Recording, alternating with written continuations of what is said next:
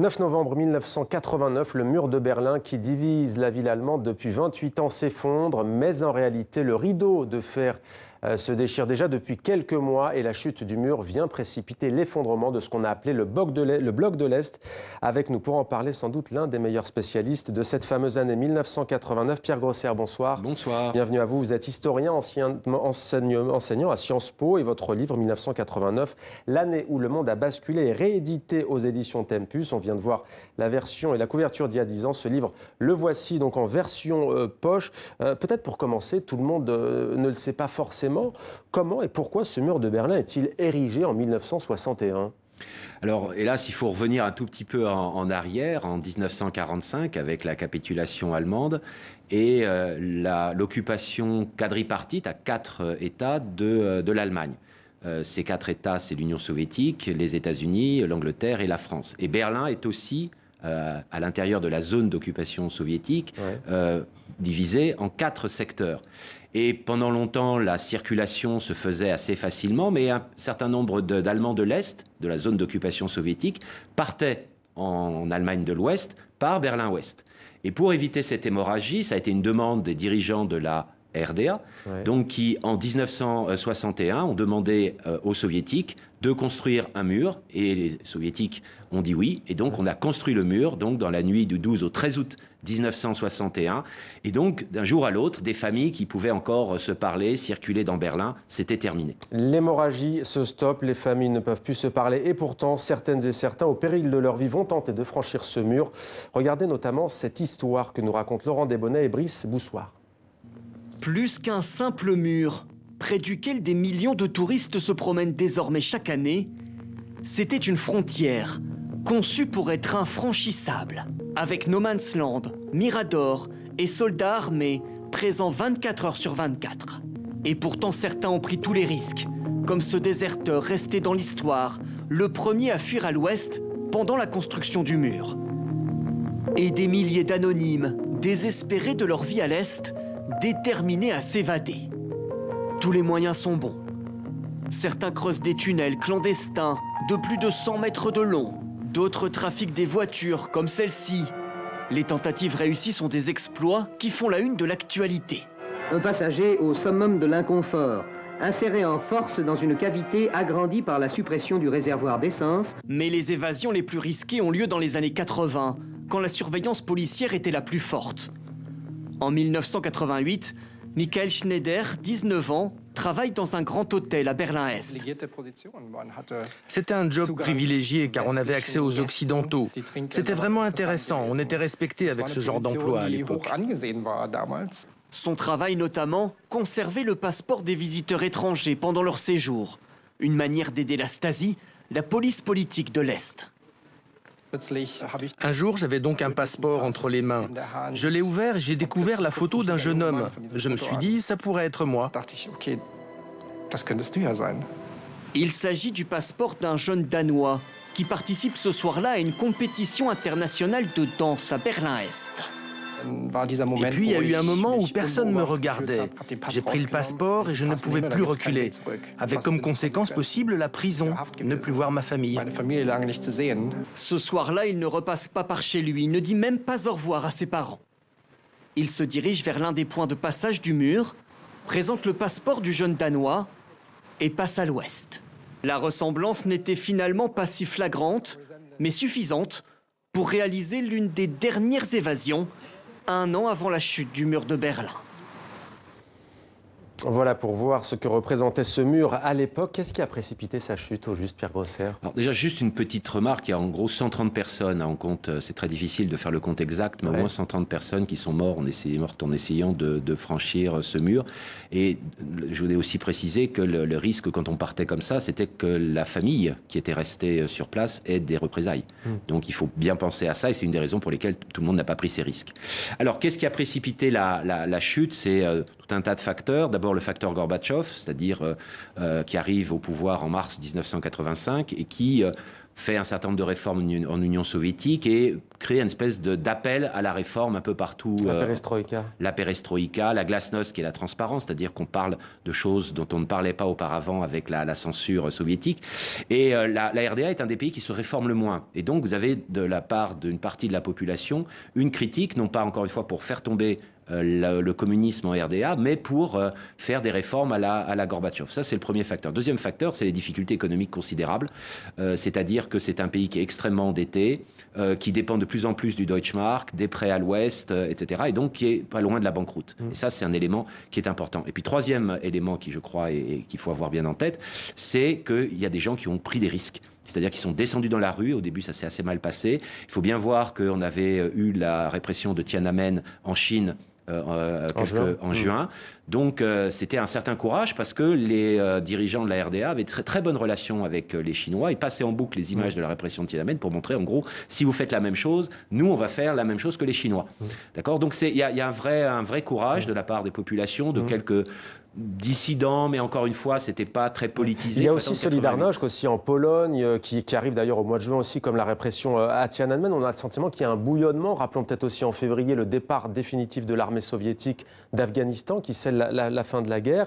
On va essayer de voir avec vous maintenant pourquoi un basculement dans le monde, pourquoi la chute de ce mur a eu un retentissement planétaire. Alors, ce que vous avez rappelé est extrêmement important, c'est-à-dire que les Polonais et les Hongrois sont quand même très très vexés par toute cette insistance sur le mur de Berlin, mais le mur de Berlin était devenu un symbole évidemment du totalitarisme. Pourquoi? Aujourd'hui, on a beaucoup de murs pour empêcher des gens de rentrer. Là, on avait un mur pour empêcher des gens de sortir, et qui était considéré quand même comme un aveu d'échec pour le régime communiste. Et en fait, les Polonais disent, nous, on a eu dans les années 80, nous avons testé le régime, nous avons eu Solidarność, c'est nous qui avons eu les premières élections en juin 1989, avec lesquelles les communistes ont été battus, même si tous les sièges n'étaient pas en jeu, mais ils ont été battus complètement, et donc on a eu le premier gouvernement non communiste en Pologne, et les Hongrois ont fait énormément de réformes, le parti s'est réformé plus vite que tous les autres, et puis surtout, qui est-ce qui a ouvert le rideau de fer qui a précipité des vagues de population et qui a posé des gros problèmes à l'intérieur du bloc soviétique? Eh bien, ce sont les Hongrois.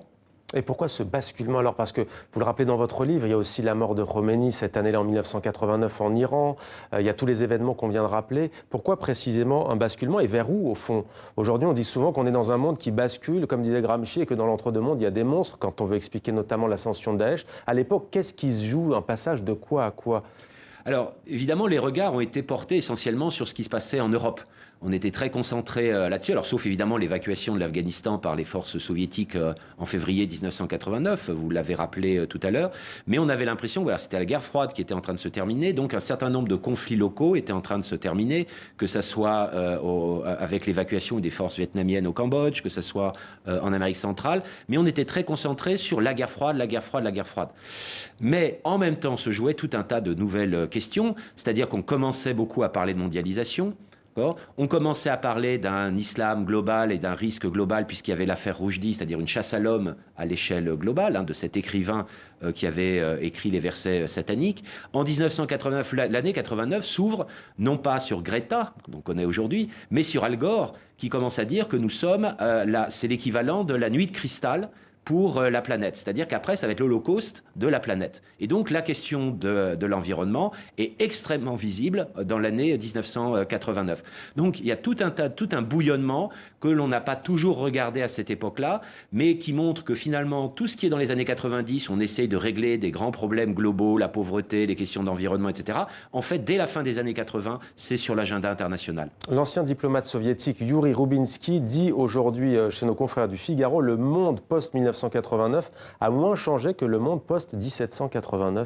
Révolution française, est-ce vrai selon vous? Oui, alors c'est toujours difficile de faire ce type de réflexion, mais effectivement 89 et d'une certaine façon générale, toute cette séquence qui va de 1789 à 1815... Parce que c'était le bicentenaire aussi. Oui, alors c'est très important aussi, puisqu'on a beaucoup parlé de liberté, de droits de l'homme, etc. Ça a donc une importance tout à fait considérable.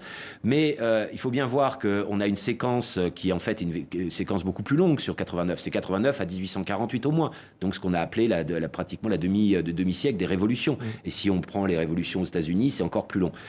Ce qui est fascinant, c'est quand on parle de monde post-89, c'est qu'en fait, on n'est pas arrivé à qualifier le monde depuis la guerre froide. Donc on parle post-89, post-guerre froide, mais comment on l'appelle? Alors à un moment, on a parlé d'entre-deux-guerres, entre le 9 novembre 9-11 et le 11-9, le 11 septembre, d'accord, puisqu'on rentre après dans la guerre contre le terrorisme, mais voilà, c'est pas quelque chose qui a marqué. Après, on dit, c'est l'ère de la mondialisation, c'est l'ère de l'unipolarité américaine, enfin, mais il n'y a pas un consensus sur comment est-ce qu'on appelle ce monde. On est sorti du monde de la guerre froide, mais après. Quel est l'héritage de cette période? On entend souvent, y compris chez nous, les médias, dire un air de guerre froide plane entre la Russie et les États-Unis, qu'il s'agisse du Venezuela, qu'il s'agisse de l'Ukraine. Est-ce que l'héritage, il est encore prégnant et quel est-il?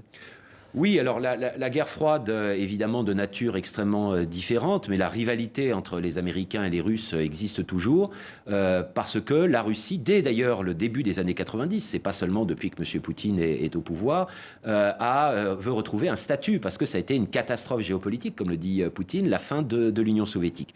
Et donc ça, c'est des rivalités de grande puissance qui sont relativement traditionnelles, et vous avez une dimension idéologique qui existe aujourd'hui, qui est plus du tout la même, c'est-à-dire c'est pas communisme contre non-communisme, c'est la démocratie libérale qui est sans doute assez mal en point, contre une vision assez conservatrice de la société. Vous évoquez les populismes en Europe, on sent qu'il y a reconstitution d'un bloc justement de l'Est, mais pour le coup qui ne participe pas de l'unité de l'Europe. Oui, alors le terme populisme est toujours assez compliqué, mais c'est l'idée que finalement un certain nombre de valeurs qui ont été défendues en 1989, des valeurs qu'on appelle des Lumières, des valeurs de progressisme, des valeurs Victor de droits de l'homme, Orban a lutté contre les dérives du communisme en Hongrie. Victor Orban a été effectivement un des leaders, et c'est lui qui a demandé, dans un grand discours au moment de